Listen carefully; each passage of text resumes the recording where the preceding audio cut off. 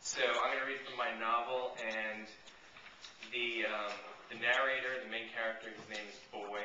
He's a very small Filipino man. He's a fashion designer, and he comes to New York City from Manila to pursue his this career in fashion, and this is his first day in New York City. See how I can do this. Huge.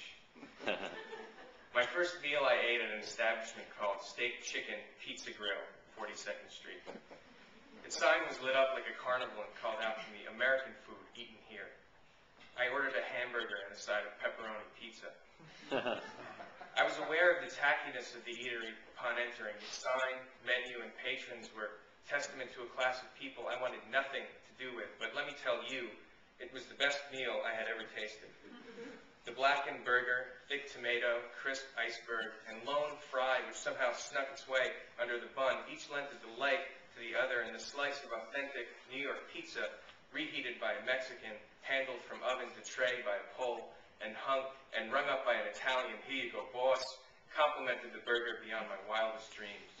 I consumed more than my small body could digest, and what a feeling, like I had just fueled up unleaded and had gasoline pumping through my small intestine. I cherished the people of the city most of all. They were the biggest thrill for me. You couldn't feel alone in New York with constant person-to-person contact, peer-to-peer, east side, west side. Walk down any given street, and there'd be 4 or 5 different languages spoken in your ears. You could find flavor like nowhere I had known, and if you did feel alone, it wouldn't take long for you to find an enclave of your own clan, staked out somewhere in Woodside or Jackson Heights. I saw myself reflected in the eyes of men and women so unlike me, so different, lighter, darker, taller, and I felt a brotherhood among us. I was a foreigner, remember, yet I felt no aggression, no resistance, only kinship. And I knew the city could be hard on its own. It took everyone in as orphans, but if you didn't pull your own weight, you could be squashed. I knew this from day one as I was standing outside Steak Chicken Pizza Grill, studying the fold-out map of my guidebook. I was to head east on 42nd Street to get to Bryant Park. I had timed my arrival in America perfectly with the start of Fashion Week. I hoped to get a glimpse of the tents and perhaps catch a few of my favorite designers like Marc Jacobs or Miuccia Prada. As I headed east, I saw a man about my age, a South Asian. Our resemblance was remarkable. Like me, he was 5'1", nearly a foot below the average New Yorker. He seemed to have my same build, though one couldn't really tell because he wore a giant menu over his torso. He was an advertisement for the Sovereign Diner. I slowed my approach in order to get a better look at his face. His eyebrows were overgrown and had formed a prominent unibrow, whereas I plucked mine daily. He had my mustache, a neatly trimmed whisper, just the right dash of masculinity.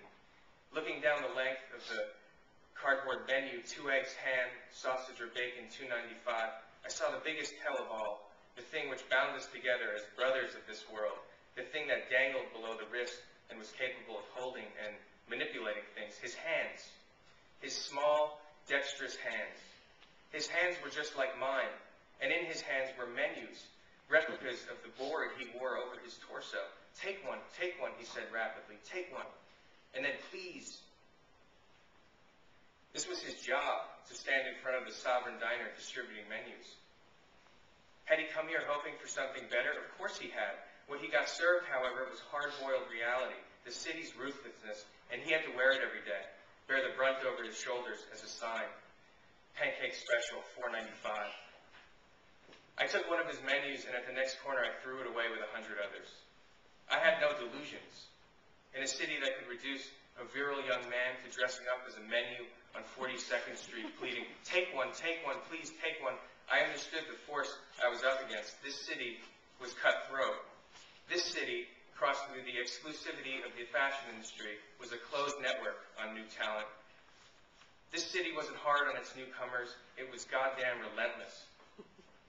Don't believe me, take a look outside the Sovereign Diner, and surely a walking, talking menu will be there. Feast your eyes. And under that menu, as you pass him by, is a human being whose English is good enough to have any job, yours matter of fact, but too many obstacles stand in his way. Poor menu. Sure, the financial skyscrapers, the sprawling bridges, the people in their penthouses parkside were physical proof of the impossible. Manhattan was testament to everything being out of God's hands and within man's. Dreams could be realized on these streets. Whether they could be attained was a different matter. Mostly in this city, dreams were crushed 99.9% of the time. It was a sign, all right. Thank you.